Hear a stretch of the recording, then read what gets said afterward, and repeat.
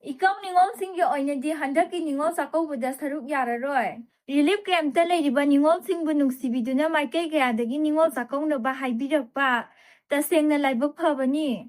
Adumakpu sahi asigi oina sajiwa relief campta sangjafam lawduna leiriba. Ikau Ningol singgi oinadi Ningol sakoba asi saruk yazararoi. Olakpa sahigi Ningol sakobada relief campta leiriba singbu masagi mayumda hanjinba aduna Ningol sakobagi khudol pibinaba. Relief campta leiriba ikaugi maikaidagi lengaki pukning singsilakli. Wafam asi Manipurda haukiba sahigi May 3dagi hauduna. Ngasi phauba chathariba irang asina maram oiduna. Mayum makai maina tumna thadokpikraba aduga. Haujikna sajiba relief campta sangjafam lawduna leiriba. Ikau Ningol singa paumi singa unaba amada phongdokhibani. Ikau Ningol singi mahut sinduna takhelamba ibiyamana phongdorakpada. Sahi amagi manungda amuktang thokpa Ningol sakobagidama relief campta leiriba masan oiba aikhoibu sakobige haiduna takpirakba tasengna nasinasan oiba singi khwaidagi laibak phabani adumakpu kuiraba matam asi phawba isagi yumda hanjinba ngamdana leiriba ikau Ningol singi oinadi sahi asigi Ningol sakoba asi ikau Ningol singi oinadi sahi asigi Ningol sakoba asi saruk yazararoi. Olakpa sahigi Ningol sakoba nangnaba relief campta leiriba singbu masagi mayumda hanjinhanba haibisina Ningol sakobagi khudon oina pinabiyu haiba wafam appeal tawrakli. VDP ama sirmle. VDP personal ama toilet manungda siduna leiramle hairi. VDP personal asi Moirang police station ga naknana leiba thamna pokpida duty tawduna leibani hairi.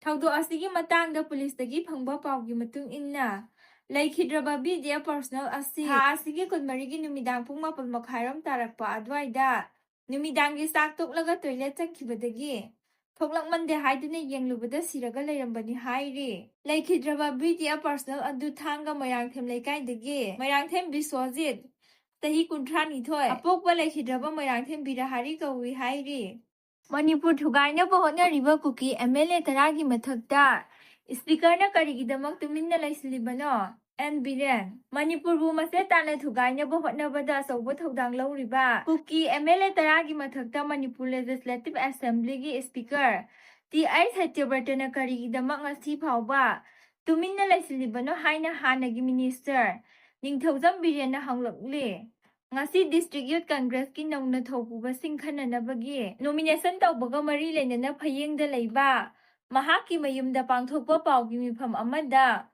wafam asi hangladuna Biren na hai Manipur Legislative Assembly gi leijariba law gi matung inna MLA amana Assembly gi session ahumlak yaudaba tarabadi MLA adugi mathakta disqualification seron thabaga loinana akanba action loukhatkadabani haina palli adubo haukiba sahi 2023 May 3dagi KUKI narco terroristsingna afaba makhalgi khulai sizinaduna makhoigi tongan balenga ama demand tawduna chatharakliba lan asida KUKI MLA tarana mapung phana support tawduna Manipur Legislative Assembly gi session amadi Cabinet ki mifamda Minister anina saruk yadaduna lakli laibaki siraba tanpham asida thokliba irang asigi waroisin purakpagi mahutta makhoi masen phammunaduna leire masida natana Chief Minister Nongthombam Biren gi maikaidagi su onna tainaba thabaklomda sangsinduna thokliba lan asi leitrabagum santi oina leire haina phongdokli state asina tangdu leitana leiraba matamda